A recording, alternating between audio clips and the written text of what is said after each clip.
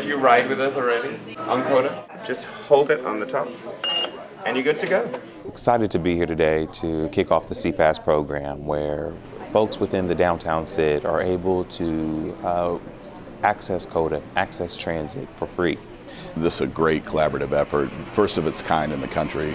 So we're excited to have this partnership with the downtown CID and COTA and having the opportunity to provide this to workers that work downtown, the thousands and thousands of workers, the ability to ride for free. So when I heard about this program starting up, I was ready. The financial incentive is pretty powerful. You know, if somebody can save $100 a month or more, it's pretty powerful incentive to think about giving up, an auto commute, a personal vehicle commute into downtown. Household transportation costs are almost a third of the budget of the average family in the Central Ohio region. So anytime we can help people with the cost of transporting themselves to work, to the hospital, to educational opportunities and recreation, we're affecting their bottom line at a very important place. So we're hoping that people can realize savings and costs, take that money and use it for more important things in the home. And just think, a bus pass is around $60 a month. You times that by 12, about $700 that they will have now to take out of their monthly, yearly budget to live and to work and to play in our community. If I come into town for any events, the Columbus Arts Festival, or if I want to meet friends at Easton. Even if it wasn't savings, if it was just discounted or something like that, well, I'd pay for it because it really helps. It works out for me. It's less congestion, less worry about going back and forth. I can get on the bus, read a book, go over homework, do all kinds of things. So I just see it as a win-win all the way around. We're also committed to reducing congestion and pollution in our community as we grow. As we add people, if we are not smart about the densities of how we've moved people on the roads, I think we'll all begin to experience more congestion and pollution. So we're committed to making sure more people have access to the mass transit systems here. Columbus is the second highest city in the country of single occupancy vehicles. So we need to switch the mindset to more public transportation to alleviate extreme parking concerns, and so this is an opportunity for people to be environmentally conscious, get on the bus, and take advantage of our wonderful transit system in the city of Columbus. People have ingrained habits. So someone who's been commuting by car for many years has a hard time thinking about changing that commute behavior. The important part about this is that as Columbus continues to grow, we won't be able to park everybody downtown. We're going to need transit to get folks and move folks. And COTA really has gone through quite a transformation in the last several years, making sure that we're providing equitable access to all people. So we're excited that people who might not have thought that the bus was an option for them because the route was not close to their home or was not close to the place of employment, that they now have access based on some new systems we've put in place in preparation for the CPAS, like the transit system redesign in 2017. Downtown had a problem with parking, and that is that commercial office buildings were having difficulties leasing space. The service industry was having a difficult time hanging on to employees because of the cost of commuting into downtown, and we discovered there was no parking solution. And so I threw out the idea of using an Ohio State University-style bus pass program.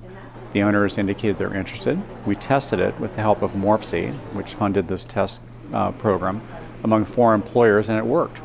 And owners representing the requisite 60% of the property signed a petition, and a levy was assessed on all the private properties in the core of downtown to pay for this program. And so it was really solving a problem in a very practical, cost-effective way. It was pretty simple. They sent us an email where we could link and fill out the registration. Once they got my registration, they said you can come down and get a pass, or you can do the app on your phone. I am of the generation that likes the the hard copy pass, so I came down, walked right in, got my pass, and I'm good to go. What's interesting is because we're Columbus, a Midwestern U.S. city, it's turning heads because we're the first to levy an assessment to pay for transit services. And so a lot of cities who are going through the same issues we're going through are looking at our results and our data, and we're tracking this very carefully.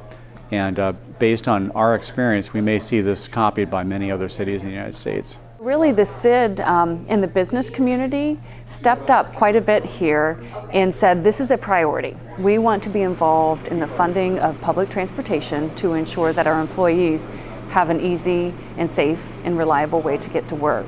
So I would give quite a bit of credit to the business community and also the Special Improvement District for working with our Board of Trustees and the City of Columbus to come up with a program that has never been instituted before.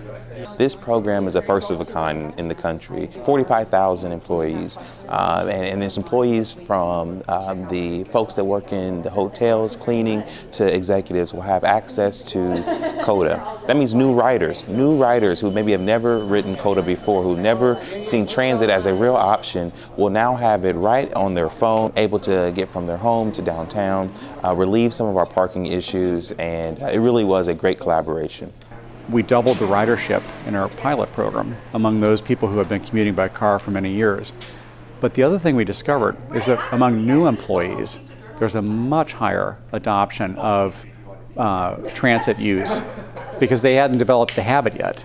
And so their habit became taking the bus. And for them, it would be very difficult to change and start driving. We think this program will change the habits for many, many people. And our hope is if we have a 5% shift, we'll be delighted. That'll open up 2,300 parking spaces. That'll be like building 3 large garages in downtown. But we're hopeful that the switch will be more than 5%. This is an exciting program for the residents and the workers of downtown Columbus to have the opportunity to ride the bus at no additional cost provided by their employers. It's very handy. It expires at the end of 2020. It's premature to anticipate what the owners may do after 2020, but if the program works, if commercial office towers are leasing space to new tenants, if rents are stabilized in downtown, if the service industry can hang on to employees and reduce the turnover they're experiencing right now, I wouldn't be surprised if the owners agreed to extend this program beyond 2020. And if it works, in that sense, it's a very sustainable effort.